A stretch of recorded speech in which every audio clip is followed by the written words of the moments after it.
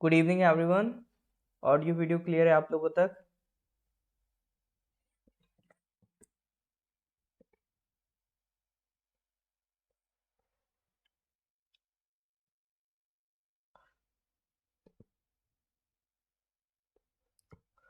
All right sir. एक बार audio good video evening everyone. Audio video clear है आप लोगों तक? फाइन। तो सर हम लोग सितंबर का करंट अफेयर्स कर रहे थे। ठीक है, 30 क्वेश्चंस आई थिंक कर लिए थे। तो उसके आगे आज हमें कंटिन्यू करना है। ठीक है, तो एक बार पुराने क्वेश्चंस प्रैक्टिस करते हैं। जैसे कि क्वेश्चन नंबर 21 ये, wait a minute, I have to open the slide again. एक मिनट रुकिए बस।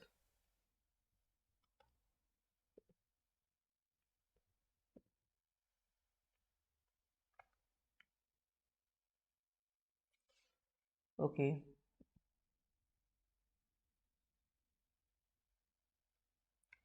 हाँ, तो ये क्वेश्चन नंबर 21 सर बताइए, लास्ट क्लास में करा था।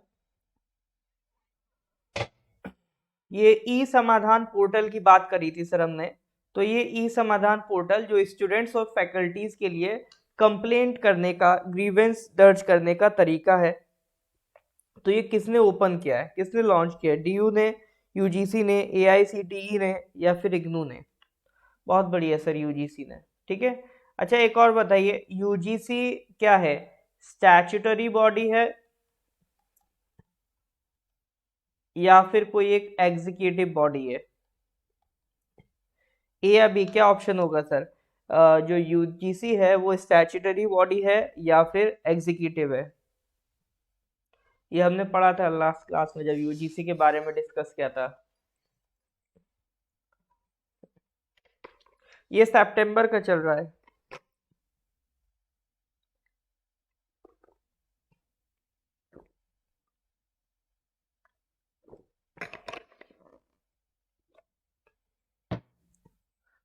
बिल्कुल सर, यूजीसी स्टैट्यूटरी बॉडी है। ठीक है, लास्ट क्लास में मैंने बताया था। इसके लिए एक लॉ भी पास हुआ है, यूजीसी के लिए अपना एक लॉ भी बना है 1956 में। ठीक है, तो उस लॉ के तहत ये कैसी बॉडी हो गई? स्टैट्यूटरी। स्टैट्यूटरी बॉडी कौन सी होती है?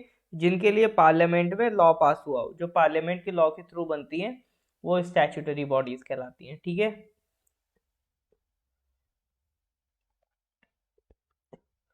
ये बताना है, recently who among the following has been appointed as the executive chairman of the NALSA? इनमें से किसको सर नालसा का एग्जीक्यूटिव चेयरमैन बनाया गया है, बताइए।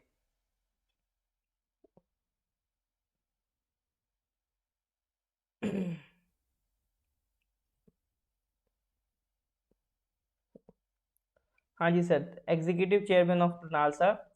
करेक्ट आंसर है सर जस्टिस डीवाई चंद्रचूड़। ठीक है, करेक्ट आंसर क्या है sir? Justice D Y Chandrachud. Class 9 AM से शुरू, सॉरी 9 PM से स्टार्ट होता है, जस्ट अभी स्टार्ट हुआ है। ये हम लोग पुराने क्वेश्चंस रिवाइज कर रहे हैं जो पिछली क्लासेस में पढ़े थे हमने। ठीक है, क्लास आपका 9 PM से स्टार्ट होता है। अब हम स्टार्ट करने जा रहे हैं सर आज के क्वेश्चंस। ठीक है, तो सर लास्ट क्लास में if you could remember 30 question sir हमने डिस्कस कर लिए थे। So from today, we will start from the question number 31.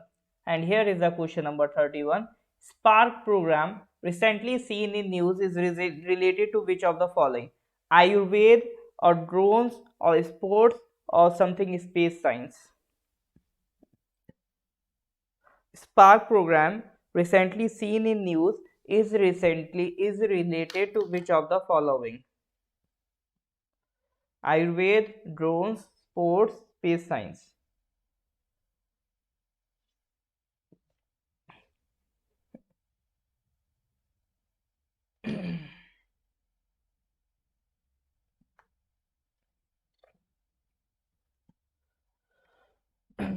तो स्पार्क रिलेटेड है आयुर्वेद से।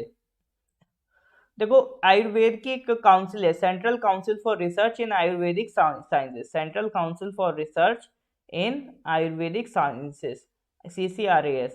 ठीक है, तो उन्होंने एक प्रोग्राम चलाया है, studentship program for Ayurveda research in SPARK for Ayurveda students. देखो जैसे आपने पढ़ा होगा डॉक्टरी के लिए एमबीबीएस करते हैं हम लोग, ठीक है। तो एमबीबीएस होती है एलोपैथी के लिए।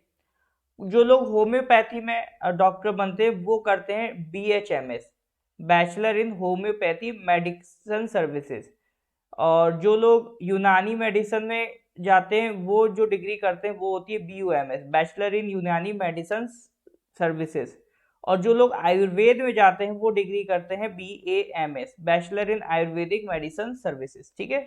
तो डिफरेंट डिफरेंट जो साइंसेस है, मेडिकल साइंसेस है आपका, ठीक है। तो एमबीबीएस अलग एलोपैथिक साइंसेस की बात करती है, बीएचएमएस होम्योपैथी साइंस की बात करती है, बीयूएमएस यूनानी साइंस की बात करती है, और बीएएमएस आयुर्वेदिक साइंस की बात करती है। तो इन सारे डॉक्टरेट्स में अलग अलग आपको डिग्रीज करवाई जाती हैं, ठीक है।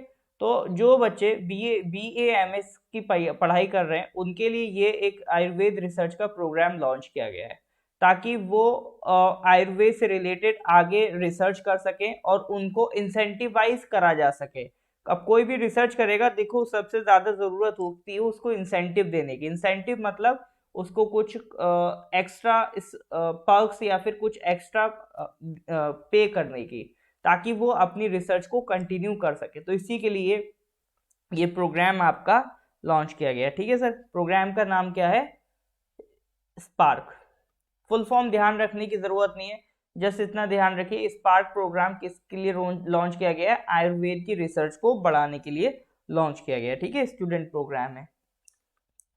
Question number 32. Recently, the government of India has announced the change to change the name of Rajpath and Central Vista Lawns to which of the following? आपने सुना होगा दिल्ली में एक सेंट्रल विस्टा प्रोजेक्ट चल रहा है, जहाँ पे आपको न्यू दिल्ली का जो एरिया है इंडिया गेट के आसपास का, उसको पूरी तरह से रिवैम्प किया जा रहा है, पूरी तरह से चेंज किया जा रहा है। हमारा इंडिया में हमारे देश की नई पार्लियामेंट बन रही है, ठीक है।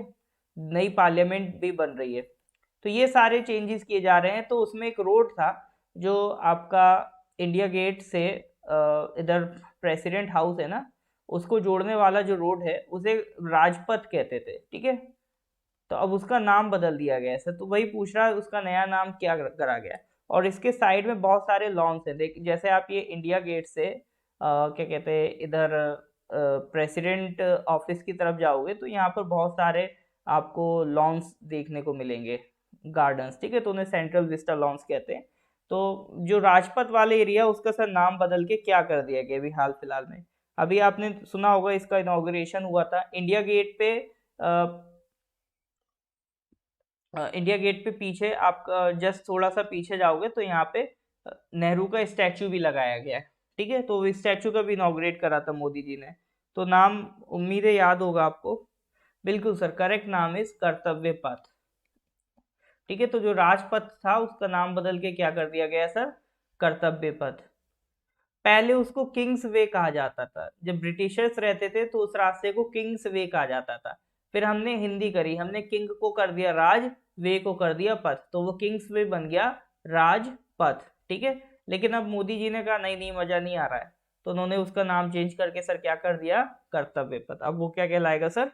कर्तव्य पथ, ठीक है सर। इसमें कोई दिक्कत नहीं होनी चाहिए। Next question number 33. PM Shri Yojana recently launched is related to which of the following? Health infrastructure, road infrastructure, railway या फिर स्कूल? पीएम श्री योजना सर किससे रिलेटेड है? जल्दी से बताइए।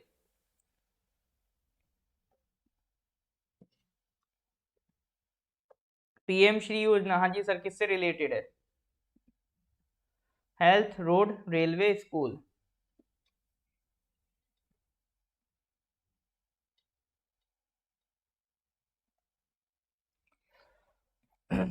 बाकी लोग भी आंसर दीजिए, जो भी मौजूद हैं सब आंसर देंगे, ठीक है सर।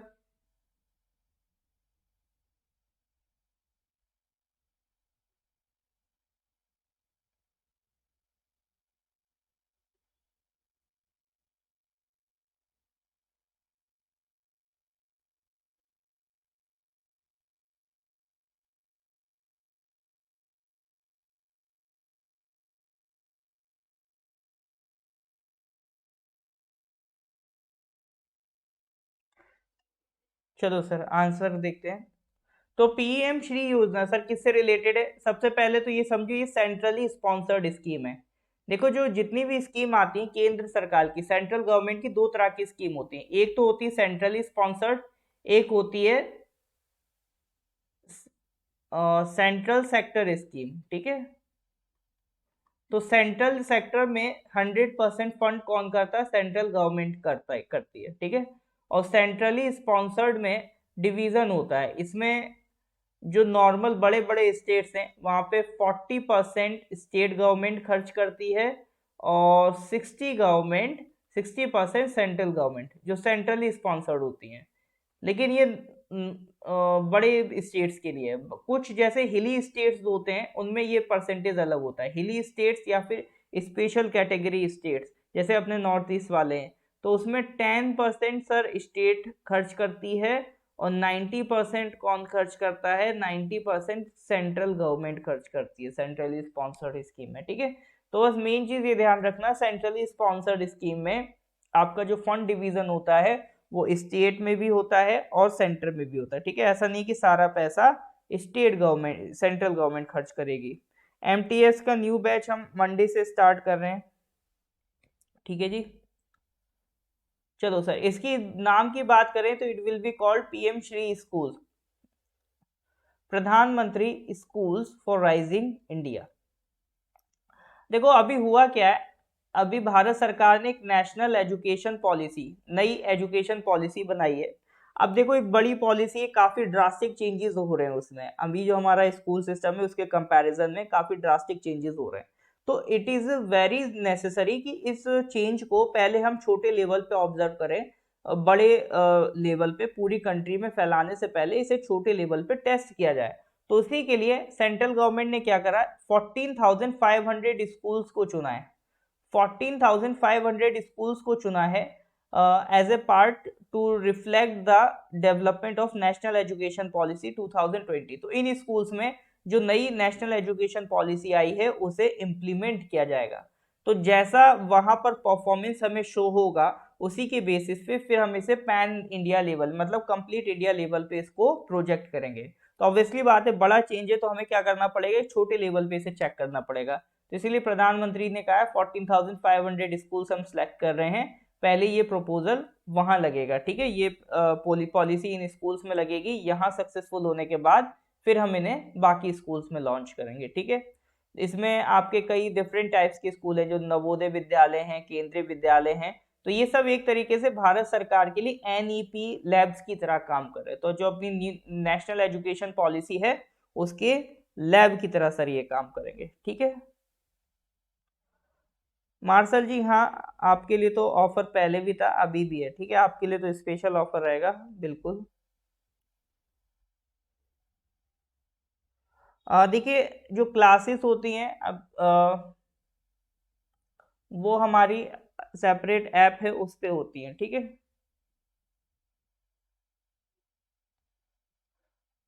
22 जी आप एक काम करिए, डिस्कशन में आपको एक मोबाइल नंबर मिलेगा, उस पे आप व्हाट्सएप कर लीजिए। ठीक है, आपको सारी डिटेल्स मिल जाएंगी, जो भी आप पूछना चाह रहे हैं तो वो व्हाट्सएप नंबर पे पूछ लीजिएगा, आपको सर सारी डिटेल मिल जाएंगी। ठीक है,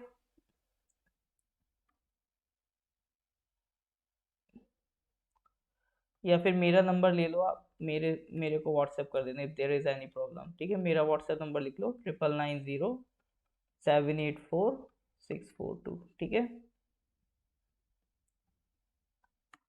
question number 34, recently which of the following has become the first state in India to develop a first modified bio village in the country?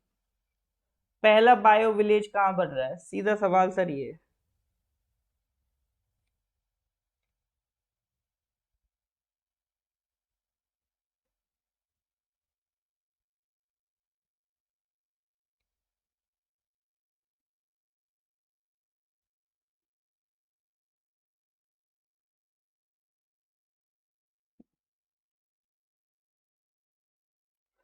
First by modified bio village बताइए, recently which of the following has become the first state in India to develop a first modified bio village in the country? Sir bio village का मतलब क्या है? Bio village sir मतलब ऐसा village जहाँ पे सब इन्वायरमेंट फ्रेंडली काम हो रहा हो। ठीक है, तो पहला स्टेट बन गया अपना त्रिपुरा। त्रिपुरा में पहला बायो विलेज देखने को मिलेगा और उन्होंने टारगेट लिया है कि सर 100 बायो विलेजेस हमें क्रिएट करने हैं, ठीक है। तो बायो विलेज का जो प्रोजेक्ट है उसका मतलब क्या है, ताकि सर सस्टेनेबल लाइवलीहुड और फूड सिक्योरिटी हम प्रोवाइड करें लोगों को। तो वहां पर आपका सोलर पावर्ड एग्रीकल्चर इक्विपमेंट बनेंगे, ठीक है।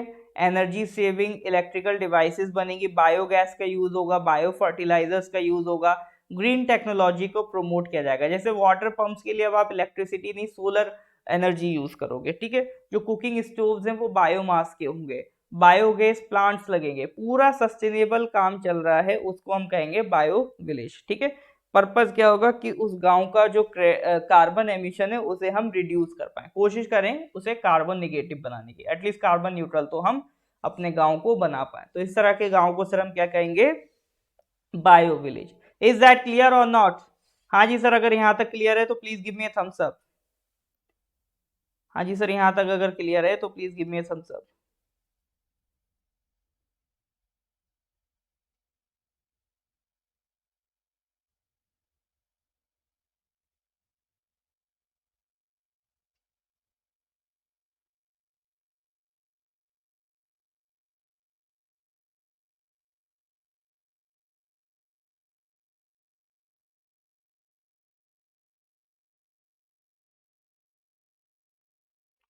एक minute.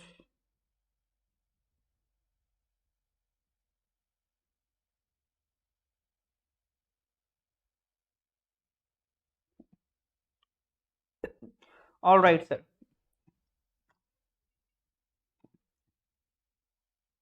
So moving to the next question number 35. According to the recently released fourth progress report by Niti Aayog, Preserving Progress on Nutrition in India, Poshan Abhiyan in Pandemic Times, which of the following was the best performer among the small states? ठीक है। तो नीति आयोग ने अभी चौथी progress report निकाली है India में nutrition के स्टेटस पे, ठीक है। Preserving progress on nutrition in India, India के न्यूट्रिशन स्टेटस पे।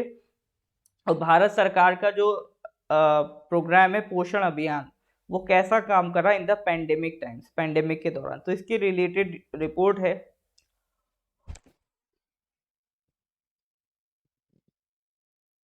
तो इसमें वो पूछ रहा है विच of the following was the best performer among the small states. तीन कैटेगरीज में परफॉर्मेंस मेजर करी गई है, एक तो बिग स्टेट कैटेगरी, एक स्मॉल स्टेट कैटेगरी, एक यूटीज, ठीक है।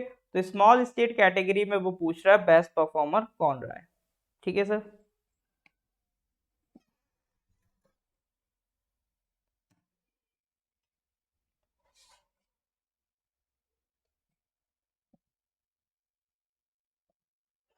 हाँ जी सर, करेक्ट आंसर बताइए।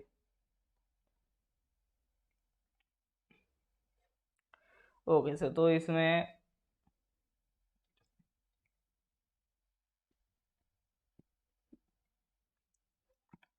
Well well well, correct answer is sir Sikkim, ठीक है। करेक्ट आंसर सर क्या है, सिक्किम है। तीन कैटेगरी, लार्ज स्टेट्स में देखोगे सबसे टॉप पे आपको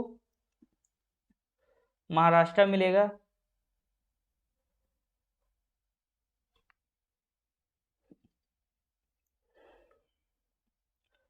और लीस्ट में पंजाब मिलेगा न्यूट्रिशन के मामले में, ठीक है।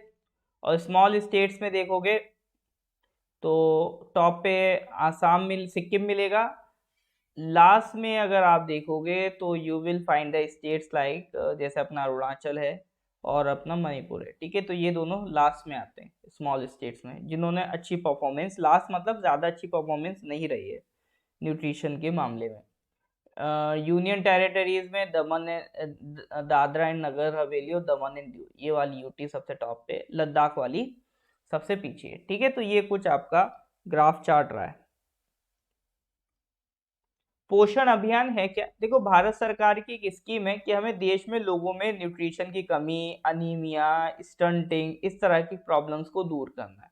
तो इसको नेशनल न्यूट्रिशन मिशन कहा जाता है, जो 2018 में इंटरनेशनल विमेंस डे वाले दिन लॉन्च किया गया था। ठीक है, नेशनल न्यूट्रिशन मिशन है ये हमारा, जिसमें हमें क्या करना है, जैसे हमारे देश में कई, आप गांव में जाओगे, कई ऐसे गरीब लोग हैं जो अपने बच्चों को भर पेट खाना नहीं खिला पाते हैं, तो उनके अंदर माल न्यूट्रिशन की प्रॉब्लम हो जाती है। माल न्यूट्रिशन मतलब जितने न्यूट्रिएंट्स आपकी बॉडी को रिक्वायर्ड हैं, उतने अगर आपको न्यूट्रिशंस नहीं मिल रहे हैं तो आपको माल न्यूट्रिशन की प्रॉब्लम हो जाती है। और माल न्यूट्रिशन से फिर आपको स्टंटिंग, वेस्टिंग, इन जैसी प्रॉब्लम होने लगती है। सर ये what do you mean by stunting and wasting? देखो, स्टंटिंग का मतलब है कि एज पर द एज, अगर आपकी हाइट प्रॉपर नहीं है, ठीक है, आपकी एज के हिसाब से अगर हाइट कम पड़ रही है तो मतलब आपको स्टंटिंग की प्रॉब्लम है। ठीक है,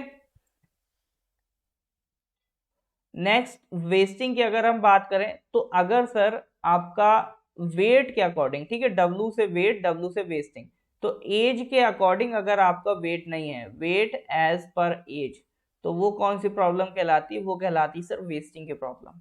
ठीक है, तो स्टंटिंग और वेस्टिंग जैसी प्रॉब्लम होती हैं अगर किसी बच्चे को माल न्यूट्रिशन का वो शिकार रहता है। ठीक है, तो इस चीज से हमें लड़ना है। इस चीज से क्यों लड़ना है कि देखो, जब देश के लोगों का पेट भरेगा तभी वो काम करेंगे, जब वो तभी काम करेंगे फिर तभी वो प्रोडक्टिव काम कर पाएंगे। ठीक है, और जब प्रोडक्टिव काम होगा तभी तो सर हमारा देश आगे बढ़ेगा। ये भी क्या है सर, जो भी लोग हैं हमारे, वो भी तो हमारे एक रिसोर्स है ना सर, उनको हम क्या कहते हैं? ह्यूमन रिसोर्स कहते हैं। ठीक है, तो उनको भी हमें बेटर से बेटर करना, ताकि एफिशिएंटली क्या कर पाए हम? एफिशिएंटली अपने देश की तरक्की कर पाए।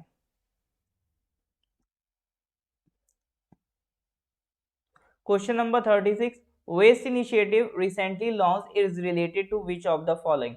Women with STEM background, Indian diplomacy tool with European Union, climate change या ग्राउंड वाटर? बताइए सर।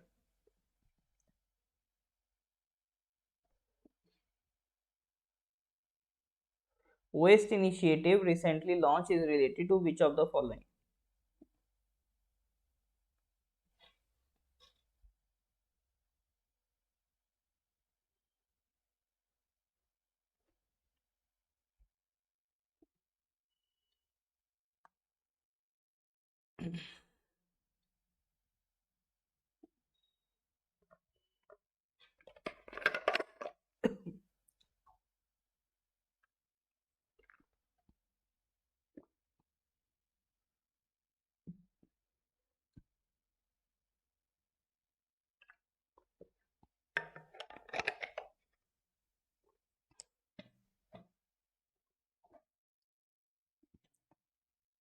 ऑल राइट, देखो, वेस्ट इनिशिएटिव है women with the stem background. ठीक है, वेस्ट इनिशिएटिव किससे डील करता है सर?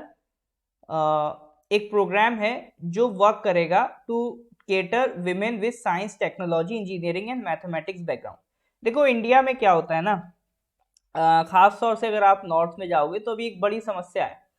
बड़ी समस्या क्या है कि सर अगर कोई गर्ल है तो इसका मतलब ये है कि उस पर बहुत ज़्यादा प्रेशर रहेगा कि वो आर्ट साइड ले, क्योंकि ऐसी एक हमारी मानसिकता बनाई है सोसाइटी ने कि आर्ट साइड उसको नौकरी करनी नहीं है तो उसको आर्ट साइड दिलवाओ। आर्ट साइड लेने के बाद उसको सिंपल होम साइंस जैसे सब्जेक्ट से डिग्री करवाओ, क्योंकि उसे सिंपली एक हाउस वाइफ बनना है एक लड़की को। ठीक है, तो ये एक सोसाइटी का एक आइडियोलॉजी रहती है। तो उस चक्कर में करते करते होता हो क्या गया है, आज अगर आप आर्ट्स में देखोगे तो गर्ल्स का प्रोपोर्शन आर्ट्स में ज़्यादा है, वहीं अगर आप साइंस में देखोगे तो प्रोपोर्शन आपको कम देखने को मिलेगा। जहां हम आज हर चीज़ में इक्वालिटी की बात करते हैं तो हमें ये भी देखना पड़ेगा कि जो गर्ल्स का प्रोपोर्शन है, ठीक है, वो कॉमर्स में कितना है, साइंस में कितना है, आर्ट्स में कितना है, क्या वो कम है, क्या वो ज़्यादा है, या फिर बराबर है। ठीक है, तो जब हमने ये चेक करा तो हमें पता चला कि सर विमेन का प्रोपोर्शन साइंस साइड में काफ़ी कम है।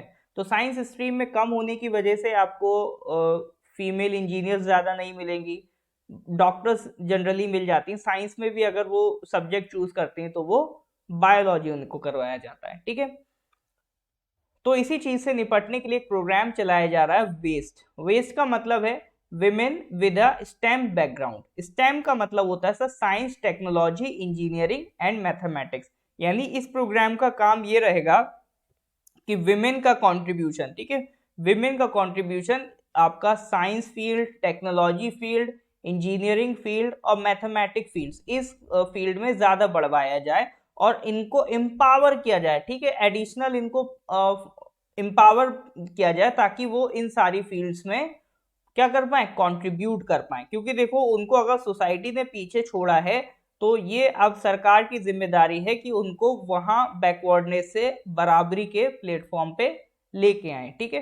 तो इस प्रोग्राम को विमेन ज्वाइन करके अपने लिए अपॉर्चुनिटीज ढूंढ सकती हैं ताकि अलग अलग फील्ड्स में कैसे काम करना है, like technician, technologist, scientist, entrepreneurs, वहां ये सारे करियर्स उनको दिखवाए जाएंगे, ठीक है सर। तो पर्पस क्या है, विमेन का जो स्टेम बैकग्राउंड है उसमें कंट्रीब्यूशन हमें बढ़वाना है, उसके लिए हमने इनिशिएटिव लॉन्च किया है, वेस्ट इनिशिएटिव, ठीक है सर। ये क्लियर है कि नहीं? If this clear please give me a thumbs up. हाँ जी सर, अगर ये क्लियर है तो please give me a thumbs up.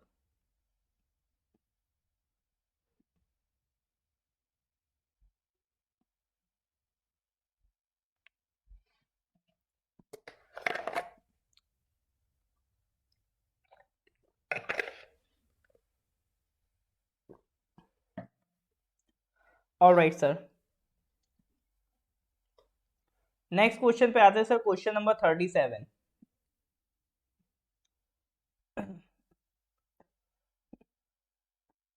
Recently, which of the following organizations has released the World Social Protection Report, Regional Companion Report for Asia and the Pacific? Recently, which of the following organizations has released the World Social Protection Report? World Social Protection Report 2020 से 2022, regional companion report for Asia and Pacific. तो किस organisation ने ये release की है sir ये report, बताइए।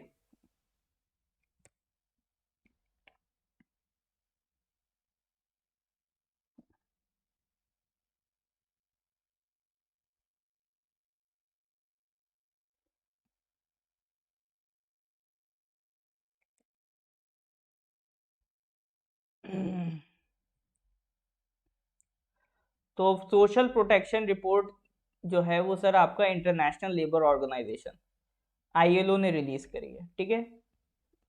देखो सोशल प्रोटेक्शन से रिलेटेड उन्होंने ये बताया है, ये रिपोर्ट बताती क्या है, ये रिपोर्ट बताती कि दुनिया में कितने ऐसे लोग हैं जिनके पास सोशल प्रोटेक्शन है या फिर सोशल सिक्योरिटी है, ठीक है। तो सर इसका मतलब क्या होता है सोशल सिक्योरिटी या सोशल प्रोटेक्शन? तो ग्लोबली 4.1 बिलियन पीपल ऐसे हैं जो बिना किसी सोशल सिक्योरिटी के रह रहे हैं। देखो सोशल सिक्योरिटी एक तरीके का कंसेप्ट है जो आपको एश्योरेंस देता है, गारंटी देता है कि आप कितनी भी बुरी हालत हो जाए, आपकी जो बेसिक मिनिमम इनकम है और आप पे जो डिपेंडेंट है वो कभी आपकी नहीं खत्म होगी।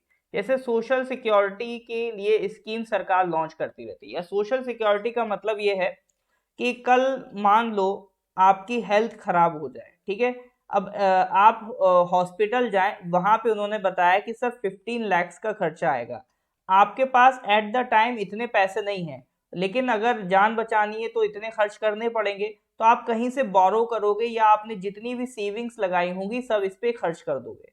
तो सर आपने अपनी जान तो बचा ली, लेकिन अब सर जीने के लिए पैसा तो बचा नहीं जो आपने इतने सालों से सेव करा था। तो इसका मतलब ये है आपने अपनी सोशल सिक्योरिटी का ध्यान नहीं रखा। इसी जगह अगर आपने एक हेल्थ इंश्योरेंस करवा लिया होता, ठीक है, एक हेल्थ इंश्योरेंस अगर आपके पास होता तो आपको ये 15 लाख कहां से पे कर दिया जाता है, हेल्थ इंश्योरेंस से पे कर दिया जाता है, ठीक है। तो इसी को कहते हैं सोशल सिक्योरिटी का होना। तो सोशल सिक्योरिटी वो एक अरेंजमेंट है जिसके होने के बाद आप पर अगर सोसाइटी में या आपकी लाइफ में किसी तरह की प्रॉब्लम क्रिएट होती है तो उससे आपका इकोनॉमिक स्टेटस नहीं घटेगा। तो सोशल सिक्योरिटी बेसिकली हमें किससे बचाती है, टू रिड्यूस अवर इकोनॉमिक या इनकम स्टेटस, जो हमारा इकोनॉमिक स्टेटस मेंटेन करने में मदद करती है, ठीक है। तो सोशल सिक्योरिटी क्या है, it is a concept that protects our economic status, ठीक है सर। इज दैट क्लियर और नॉट? देखिए बहुत सारी सोशल सिक्योरिटी स्कीम्स सरकारें चलाती हैं, स्टेट गवर्नमेंट्स भी चलाती हैं। आपका ये जो गवर्नमेंट हॉस्पिटल्स होते हैं, जो राशन का डिस्ट्रीब्यूशन होता है, ये भी आपकी सोशल सिक्योरिटी को ही मेंटेन कर रहा है, ठीक है।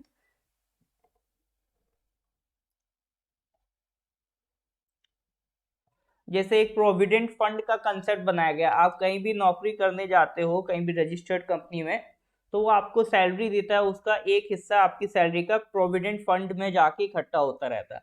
वो आपको एट लास्ट जब आप नौकरी छोड़ते हो तो प्रोवाइड किया जाता है, ठीक है। तो वो भी क्या है आपका सोशल सिक्योरिटी का ही एक कंसेप्ट है, कि मान लो कभी आपको फ्यूचर में बहुत ज्यादा पैसे की जरूरत पड़ गई, तो आप वो आपका जो पीएफ का पैसा है उसको एज ए कोलेटरल रख के लोन ले सकते हो आप, ठीक है।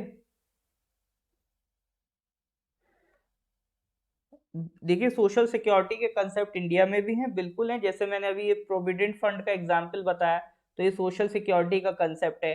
आज आप कोई कोई भी कार लेने जाते हो या कोई भी मोटर व्हीकल लेने जाते हो, तो इट इज मैंडेटरी कि आपको एक इंश्योरेंस गाड़ी का जरूर लेना पड़ता है। तो वो गाड़ी का इंश्योरेंस क्या है, वो आपकी सोशल सिक्योरिटी है, कि कल मान लो आपकी गाड़ी चोरी हो गई, तो कम से कम आपके पास चोरी होने के बाद आपका नुकसान तो नहीं हुआ ना, वो पैसा आपको इंश्योरेंस कंपनी पे बैक कर देगी। तो वो पैसा आपका बच रहा है। अदरवाइज आपकी गाड़ी चोरी हो जाती, फिर आपका इकोनॉमिक स्टेटस डाउन हो जाता, क्योंकि आपका पैसा नुकसान हो जाता पैसे का, ठीक है। अभी लेकिन चूंकि इंश्योरेंस है, तो वो पैसा आपको पे बैक कर देगी कंपनी। तो ये क्या मेंटेन हो गई, आपकी सोशल सिक्योरिटी मेंटेन हो गई, ठीक है। तो ये सब एग्जाम्पल्स हैं सोशल सिक्योरिटी के। नानी जी क्लियर है? हाँ जी sir.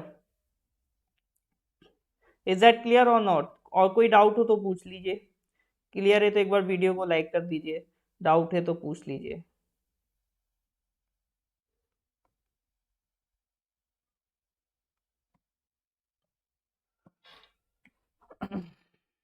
All right sir.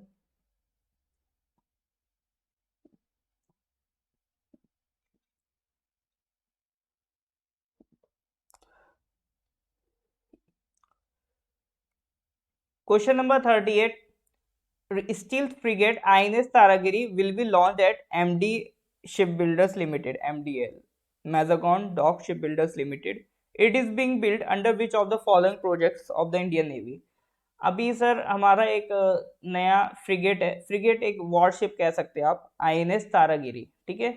INS Taragiri launch होने वाला है, तो इसको किस प्रोजेक्ट के तहत बनाया गया ये पूछ रहा है वो।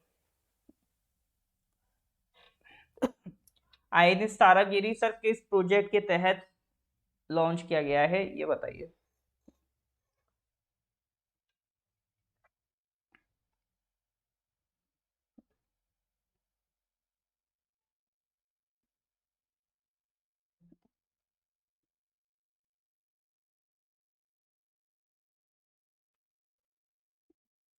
While correct answer is project 17 ए। देखो प्रोजेक्ट 17 ए में इंडियन नेवी ने डिसाइड किया था कि 7 स्टील फ्रिगेट बनाए जाएंगे। फ्रिगेट क्या होते हैं, आपके एक तरीके से वॉरशिप कह सकते हो, ठीक है, वॉरशिप। तो 7 स्टील फ्रिगेट बनाने की बात करी गई थी प्रोजेक्ट 17 ए में, जिसमें से ये जो आपका तारागिरी है ये थर्ड फ्रिगेट है। Taragiri is the third frigate. इससे पहले दो ऑलरेडी लॉन्च हो चुके हैं। जैसे 2019 में ही पहला हो गया था आपका लॉन्च, नीलगिरी, ठीक है। कौन सा था, नीलगिरी था। दूसरा 2022 में लॉन्च हो गया था उदयगिरी, ठीक है, मई 2022 में।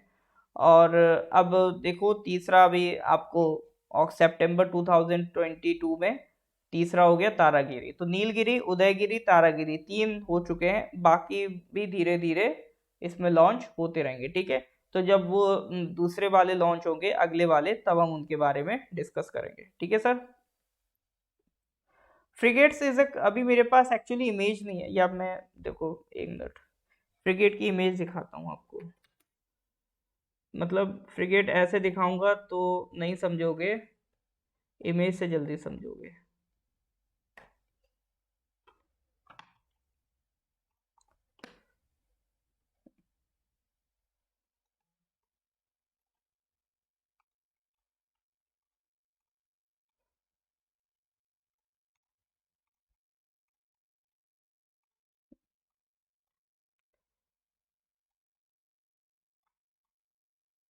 ये देखिए सर, दिख रहा है, it is a frigate, it is a type of worship, ठीक है। देखो नेवी के पास जो वॉरशिप्स होते हैं ना, अलग अलग कैटेगरीज के होते हैं। एक होता है डेस्ट्रॉयर, ठीक है, एक होता है फ्रिगेट, एक होता है एयरक्राफ्ट कैरियर। तो ये डिफरेंट टाइप्स क्या हैं, एक सबमरीन। तो ये डिफरेंट टाइप्स के वॉरशिप्स होते हैं जो किसी भी कंट्री की नेवी होल्ड करती है। अब सर इनके अंदर क्या क्या डिफरेंस है उसमें हमें नहीं पढ़ना है, ठीक है। वो आपसे कोई नहीं पूछने वाला कि बताओ डेस्ट्रॉयर और फ्रिगेट में क्या डिफरेंस होता है, अनलेस आप इंडियन नेवी ज्वाइन कर रहे हो, ठीक है। तो उतना डिफरेंस में मत पढ़ना, आप इतना समझो कि अगर सर फ्रिगेट लिखा है या डेस्ट्रॉयर लिखा है तो वो सर क्या है, एक तरीके का वॉरशिप है जो नेवी यूज कर रहा है, ठीक है। इस इमेज को ध्यान रख लेना, इससे कनेक्ट कर लेना कभी भी फ्रिगेट वगैरह पूछे तो, ठीक है। बाकी अगर आप ज्यादा जानने के इच्छुक हैं तो google.com पे तो बाबा सब मिलता है, तो वहां से आप जाके चेक कर सकते हैं, ठीक है। नानी जी अब समझ में आ गया, दिख गया फ्रिगेट इस तरह का, ये एक्चुअल में फ्रिगेट ही है, ठीक है। तो मैं फ्रिगेट की पिक्चर लगाया हूँ क्योंकि यहाँ पे फ्रिगेट की बात हो रही थी, ठीक है sir. While moving to the next question, question number 39.